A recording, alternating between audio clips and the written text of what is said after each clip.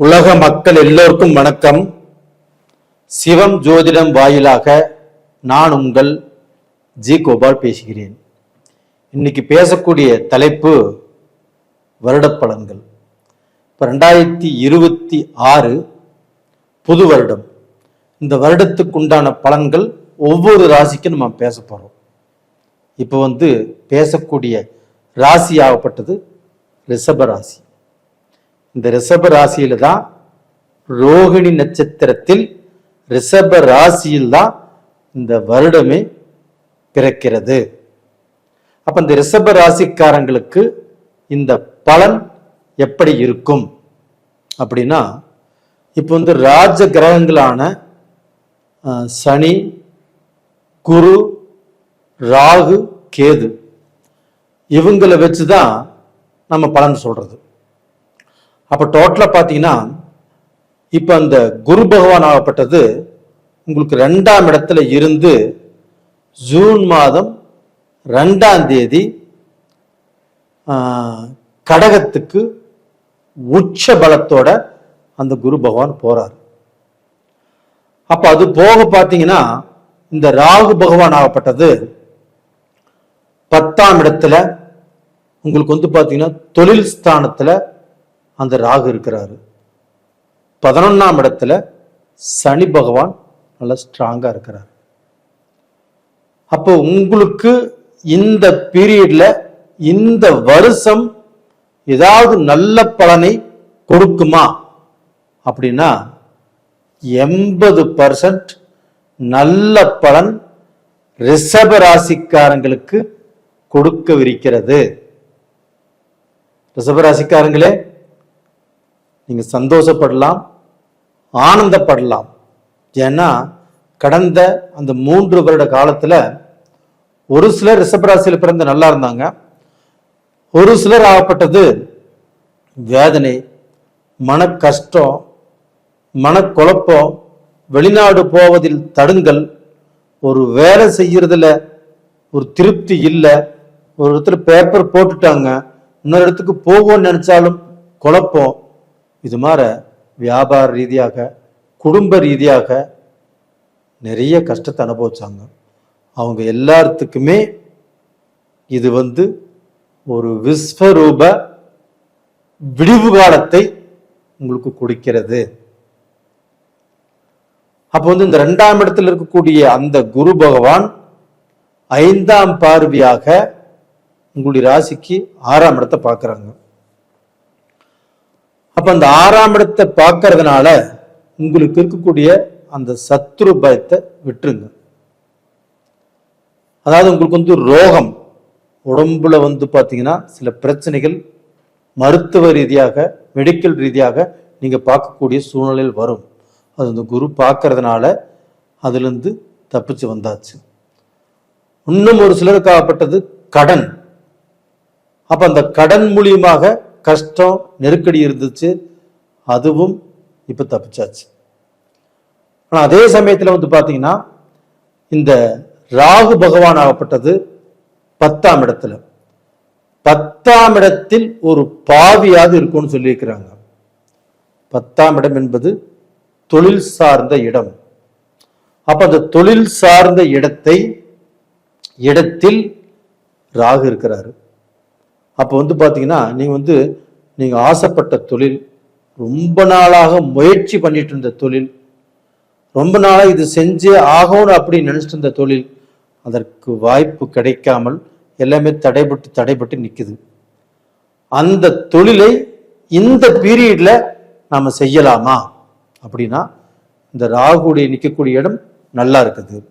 அது போக இந்த குரு பகவான் ஜூன் 2ஆம் தேதி உங்களுடைய ராசிக்கு 3ஆம் இடத்துக்கு உச்ச பலத்தோடு அந்த ராசியிலிருந்து குருவுடைய ஒளி எங்கே படுது அப்படின்னா, உங்க ராசிக்கு 7ஆம் இடத்துல விழுகுது, உங்க ராசிக்கு 9ஆம் இடத்துலயும் விழுகுது.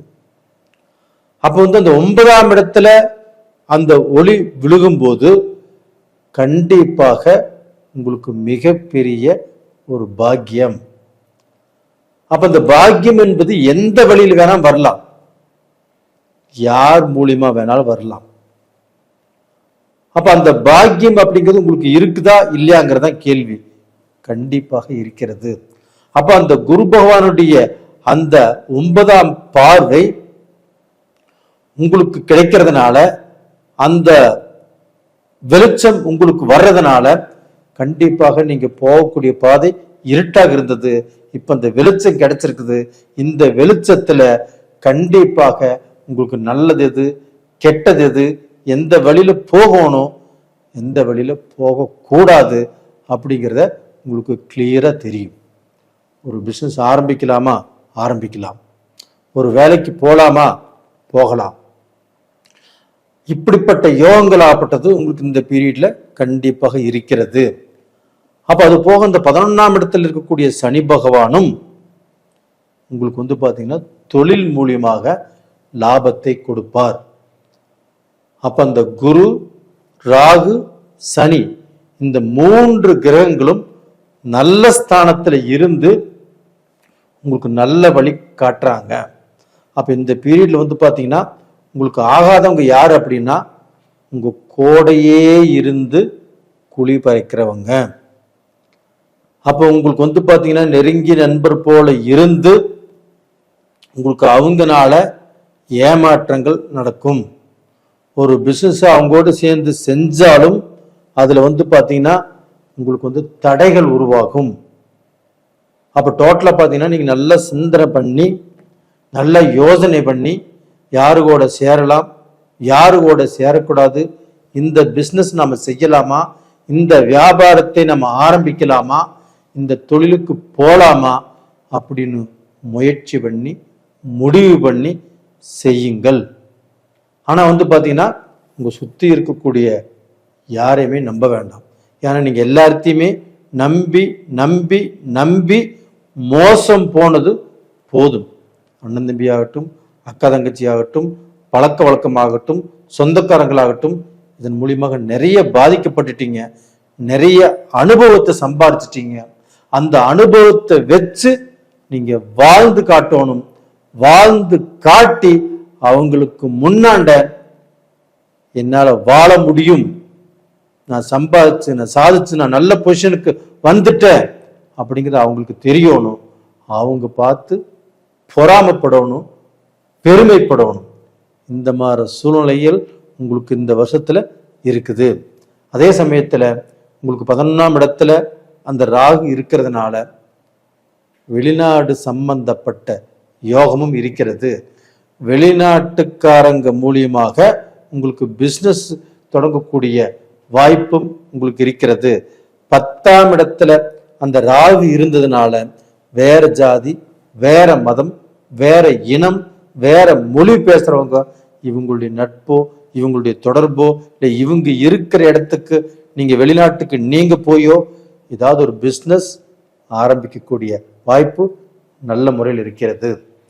அப்போ பாத்தீங்கன்னா வெளிநாடு இதற்கு முன்னாடி போனவங்க சிங்கப்பூரோ, மலேசியாவோ, யுஎஸ்ஏவோ, கனடாவோ, சுவிட்சர்லாந்தோ, ஜப்பானோ, துருக்கியோ, இது மாதிரி எந்த கண்ட்ரிக்கு நீங்க போயிருந்தாலும் அந்த கண்ட்ரியில கடந்த காலத்துல கஷ்டப்பட்டிருப்பீங்க. இந்த காலத்துல எதை பற்றியும் நீங்க நினைக்காமல் உங்களுடைய மனசுல பட்டதை நீங்க தாராளமாக செய்யுங்க. நல்ல பொசிஷனுக்கு வருவீங்க. கண்டிப்பாக நல்லா இருப்பீங்க. அதே சமயத்துல உங்களுடைய தாய் அவங்களுடைய பேச்சை மட்டும் கண்டிப்பா கேளுங்க. அவங்களுடைய ஆசீர்வாதம், தாய் தகப்பனுடைய ஆசீர்வாதம் உங்களுக்கு ரொம்ப ரொம்ப முக்கியம். அந்த ஆசீர்வாதத்தை வாங்கிட்டு நீங்க எதுவாக இருந்தாலும் செய்யலாம், நல்லா இருப்பீங்க. நீங்க இந்த பீரியட்ல வணங்க வேண்டிய தெய்வம் எது அப்படின்னா, குருவாயூர் போயிட்டு வாங்க. குருவாயூர் போய் அந்த கிருஷ்ணனை கும்பிட்டு வாங்க. இல்லைன்னா யாருக்காவது நெய் தானம் வாங்கி கொடுங்க. இல்லைன்னா வீட்டில் 2 நெய் விளக்கு போட்டு வாங்க. அப்படி போட்டு வரும்போது உங்களுடைய மனக்குறைகள், உங்களுக்கு ஏற்பட்ட தடைகள் இதெல்லாமே தீரும், நல்லா இருப்பீங்க.